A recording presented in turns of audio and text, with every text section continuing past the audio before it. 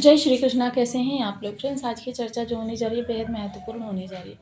आज हम चर्चा करने जा रहे हैं ऐसे ग्रह की जो आपके लिए, अगर हम कहें तो जनवरी से लेकर नए पूरे वर्ष में आपके लिए किसी ना किसी समय दुर्योगपूर्ण स्थिति में रहा है।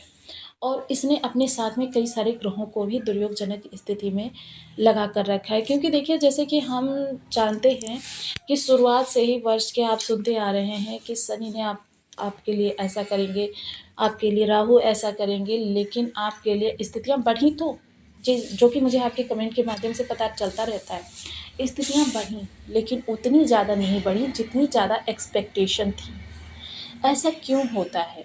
सबसे पहले तो जब इस विचार तथ्य पर हम अब रोशनी डालेंगे तभी चीज़ें आगे की समझ सकेंगे। ऐसा इसलिए होता है क्योंकि देखिए हर ग्रह के पास अपनी एक अद्वितीय पावर होती है। उस पावर को सही नियंत्रण में करने के लिए, क्योंकि मोस्टली जैसे कि आपको लास्ट के वीडियो में ही मैंने बताया था कि किसी भी ग्रह के प्रभाव को देने के लिए, सपोज़ कीजिए कि हम यहाँ पर चर्चा कर रहे हैं गुरु के प्रभाव की। गुरु तो प्रत्यक्ष बैठे हुए हैं, लेकिन यहाँ पर राशि कौन सी है? कर्क। कर्क के स्वामी चंद्रदेव की स्थिति देखनी होगी। इसके अलावा भाव कौन सा है? तृतीय। मिथुन के स्वामी की स्थिति देखनी होगी। मिथुन के स्वामी के अलावा गुरु जिस नक्षत्र में है उसकी स्थिति देखनी होगी। नक्षत्र के अलावा नवांश पति की स्थिति देखनी होगी। अब यह इतने सारे ग्रह मिलकर आपके लिए तब प्रभाव इस भाव से आपके लिए सबसे श्रेष्ठ निकल कर आएगा। अब इतने सारे ग्रहों का आपके लिए उत्तम होना अनिवार्य है एक भाव के प्रभाव प्राप्त करने के लिए। देखिए यह सूत्र मैं आपको बता रही हूँ, आपको कहीं अन्यत्र नहीं प्राप्त होने वाला। अब यहाँ पर चलिए चलते हैं, आगे बढ़ते हैं। मंगल, क्योंकि इस समय पर मंगल की कुछ ऐसी अवस्थाएं बनी हैं जिनके बारे में चर्चा करना बहुत आवश्यक है। क्योंकि हम तो चले जा रहे हैं कि भाई समस्त सभी लोग कह रहे हैं कि हमारे ग्रह की स्थिति बहुत अच्छी है, हम तो अपना कार्य करते चले जा रहे हैं, लेकिन जब हम आपको ये नहीं बताएंगे कि आपके लिए निगेटिविटी कहाँ से निकल कर आने वाली है तो आपके लिए दुर्योगजनक स्थिति उत्पन्न हो जाएंगी। विशेषतः आज हम चर्चा कर रहे हैं मंगल देव जो षष्ठ भाव में आपके विराजित हैं। मंगल देखिए आपके लिए कुछ समय तो अच्छे रहे, लेकिन इस समय इन पर प्रभाव डालते हुए देखेंगे शुक्रदेव महाराज, क्योंकि जो इनके राशिपति होते हैं। हमने लास्ट के वीडियो में आपको अवगत कराया था कि मंगल को किसी भी ग्रह के प्रभाव में राशिपति का विशेष योगदान होता है जो 70% ग्रह को प्रभावित करता है। शुक्रदेव महाराज जहाँ देखिए इस समय नीच के हो रहे हैं, और नीच के होने के साथ साथ देखिए शुक्रदेव ने राशिपति के साथ परिवर्तन राजयोग का भी निर्माण किया है। मंगल ने विपरीत राजयोग का निर्माण किया है। ऐसी स्थिति में अब आपको देखिए सोचना ये है, जो मेन पॉइंट है यहाँ पर विचार का, कि आपके लिए विपरीत राजयोग परिवर्तन राजयोग प्रभावी होंगे या फिर आपके लिए राशिपति का प्रभाव प्रभावी होगा। इन चीज़ों को समझकर आपके लिए ये वीडियो लेकर आए हैं, क्योंकि बहुत सी चीज़ें ऐसी होती हैं जो व्यवहारिकता के आधार पर आपके लिए शाश्वत होती हैं, बहुत सी ऐसी होती हैं जो आपके लिए ज्योतिषीय विधान के आधार पर शाश्वत होती हैं। साथ ही साथ चर्चा करेंगे सनातन धर्म के उस विशेष उपाय की, जो उपाय देखिए परिवार का एक सदस्य करके पूरे परिवार को उसका लाभ पहुंचा सकता है। क्योंकि मंगल की जो वर्तमान में स्थिति बन रही है देखिए बहुत ही उत्तम है मंगल, क्योंकि कारक स्थान पर बैठे हुए हैं। कारक स्थान से बैठकर ये स्वराशि को देख रहे हैं, जिसकी वजह से आपके लिए मंगल की स्थिति बहुत उत्तम है। शुक्र इस समय नीच के है। देखिए समस्त ग्रहों का उत्तम होना आपके लिए, जो ये दुर्योग निर्मित होते हैं मोस्टली आप सुनते चले आए, ये राजयोग बना वो राजयोग बना, लेकिन देखिए जब राजयोग बनते हैं तो सबसे पहले दुर्योग की काट करते हैं। दुर्योगजनक स्थिति का निर्माण करेंगे। तो आइए जान लेते हैं इस वीडियो के माध्यम से कि आपको कौन सा ग्रह प्रभावित करने जा रहा है, क्या आपके लिए निगेटिविटी प्रभावित करने जा रही है। क्योंकि मोस्टली हम तो सोच रहे हैं कि सभी लोग हमारे लिए ग्रह को अच्छा बता रहे हैं, उससे संबंधित जो भी कार्य हैं वो हम अच्छे से करते रहें। और आगे बढ़ते रहें, तरक्की प्राप्त करते रहें। लेकिन कारक स्थान पर होकर विपरीत राजयोग का निर्माण करके, वहीं परिवर्तन राजयोग का निर्माण, सारी चीज़ें जो हैं, अब इसमें जो ये छोटा सा दुर्योग निकल कर आ रहा है, इसका विशेष प्रभाव आपको किस तरीके से प्राप्त होने वाला है। तो आइए जान लेते हैं। तो बने रहिए हमारे साथ इस वीडियो में एंड तक, आपको बहुत कुछ जानने के लिए मिलेगा। वीडियो बहुत ज्ञानवर्धक होने वाला है।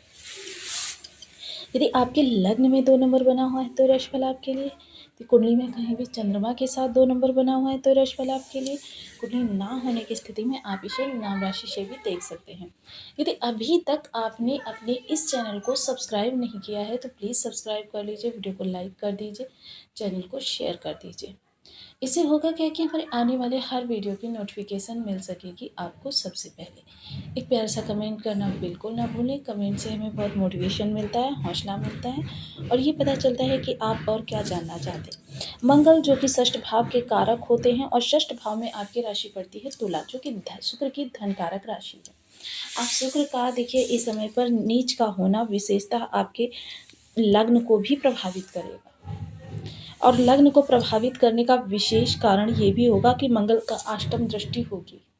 यानी कि दोनों ही चीज़ें जो हैं आपके लिए एक विशेष, यानी कि मंगल के साथ भी परिवर्तन राजयोग बना रहे हैं शुक्र, और बुध के साथ भी परिवर्तन राजयोग बना रहे हैं, क्योंकि शुक्र मंगल की राशि में है और मंगल की दृष्टि में शुक्र है, जिसकी वजह से क्या है, चीज़ें आपके लिए कई तरीके से प्रभावित हो रही हैं। अब यहाँ पर अगर हम कहें निगेटिविटी की चर्चा करें तो इस समय आपको शत्रु से उलझने नहीं है, क्योंकि शत्रु इस समय आप पर बहुत ज़्यादा हावी होने का प्रयास करेंगे। नई शत्रुताएं बढ़ सकती हैं, बन सकती हैं। कुछ आपने अगर स्थितियों को थोड़ा सा उस पर ध्यान दिया तो यह आपके लिए आक्रामक स्थिति का भी निर्माण कर सकती है। थोड़ा सा इन चीज़ों के लिए आपको सतर्क रहना चाहिए, क्योंकि मंगल जो है उत्तेजना के कारक होते हैं, और उत्तेजना विशेषता देखिए, शुक्र और मंगल का जब भी संबंध होता है तो व्यक्ति के भौतिक जगत के लिए तो अच्छा होता है, लेकिन यहाँ मंगल षष्ठ भाव में बैठे हुए हैं तो ये भौतिक जगत में आपकी जॉब से रिलेटेड भी इश्यूज उत्पन्न कर सकते हैं। लेकिन आपको बहुत सतर्क रहना है, संयम के साथ रहना है, सावधान रहना है, क्योंकि राशिपति और मंगल दोनों का ही विशेष प्रभाव आपको प्राप्त होने वाला है। मंगल की अष्टम दृष्टि में आपकी लग्न है और शुक्र वहाँ के स्वामी हैं। दोनों ही चीज़ें देखने के बाद आपके लिए जो ये स्थितियाँ निकल कर आ रही हैं, थोड़ी सी चिंतनीय है। विशेषता है इस समय ऋण वगैरह लेने के बारे में तो बिल्कुल ख्वाब में भी ना सोचें, चाहे जितनी भी आपकी स्थितियाँ अनियंत्रित हो जाएं। ऋण वगैरह ना तो लेना है ना देना है, और जिसको अगर आप धन दे रहे हैं तो ये बिल्कुल सोच लीजिए कि आपको वह वापस नहीं मिलने वाला। मंगल जब भी षष्ठ भाव से संबंध बनाते हैं, ऐसा व्यक्ति अगर किसी को उधार के नाम पर धन दे दे तो उसका धन कभी भी रिटर्न नहीं आता। उस व्यक्ति का देखिए ऐसा नहीं होता कि सामने वाला व्यक्ति आपका धन वापस नहीं करना चाहता, बल्कि कभी भी उसकी फाइनेंशियल स्थिति जो होती है इतनी अच्छी नहीं हो पाती। ऐसे मंगल के लिए कहा जाता है कि लेने वाले का पोता भी इस स्थिति में नहीं आ पाता कि वो अपने दादा के कर्ज को निपटा दे। तो इसके लिए तो आपको सतर्क रहना है, अपना धन इस गोचर काल के दौरान किसी को भी नहीं देना है।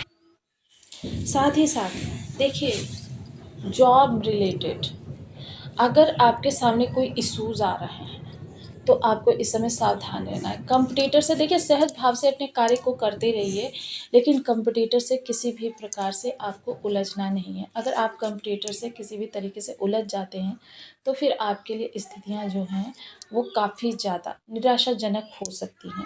मंगल की चतुर्थ दृष्टि आपके भाग्य भाव पर जाएगी तो ये आपके 12 भावों को प्रभावित कर सकते हैं।